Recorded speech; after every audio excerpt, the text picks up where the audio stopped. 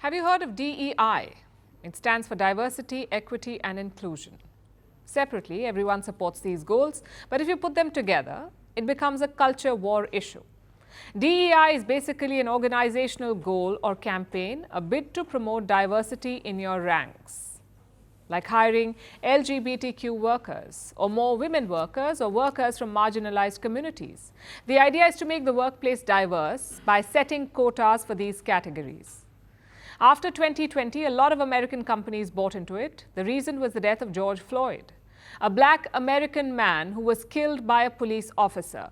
His death triggered worldwide protests. It started conversations on promoting diversity and so companies jumped along basically. They announced reservations in jobs to promote diversity voluntarily. Cut to 2024, America is a different place.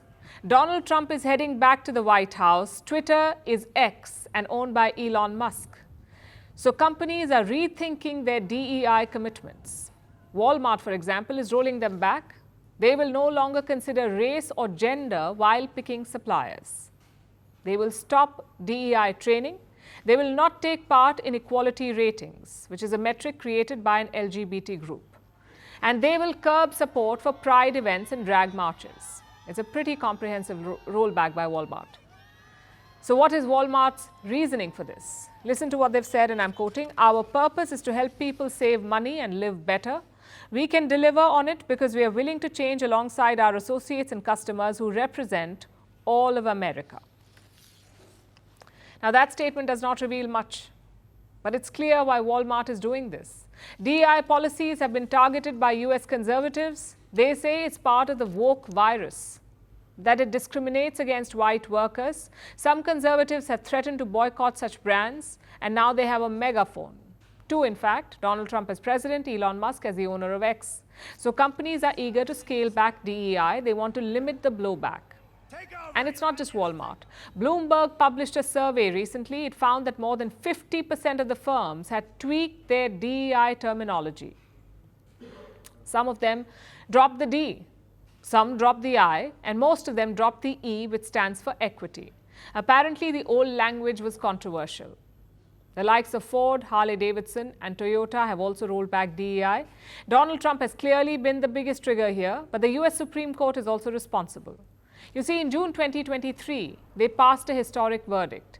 They abolished affirmative action at American colleges. Now, affirmative action is a bit like DEI. It is a mandatory quota in college admissions. It gave more opportunities to students from marginalized communities. In 2023, the court scrapped this quota. This decision had a domino effect. Companies began rethinking DEI policies, and Donald Trump's return pushed them over the edge. Now, I know that this is a contentious issue. So instead of politics, let's look at the facts. Is DEI good for companies? Let me show you a study from 2020. It analyzed 1,000 firms in the United States. Those with high numbers of women leaders had 25% more profits than average. So more women leaders, more profits. That is what the survey found. Same with ethnicity and culture. Those with higher diversity had 36% more profitability. As they say, numbers do not lie. A diverse workforce is a happier workforce. It's a less attrition workforce, and it's a more talented workforce. You have people from different backgrounds and culture working together. This improves efficiency. But nobody highlights this angle of DEI. They always talk about social justice or doing the right thing. But guess what? Not everyone wants to do the right thing. They just want to flow with the times. And that's what's happening in the US right now. In 2020, supporting DEI was fashionable, both politically and socially, so companies hopped onto the bandwagon.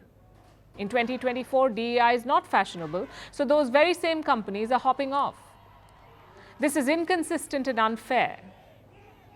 But what's the solution? Experts say highlight the financial gains.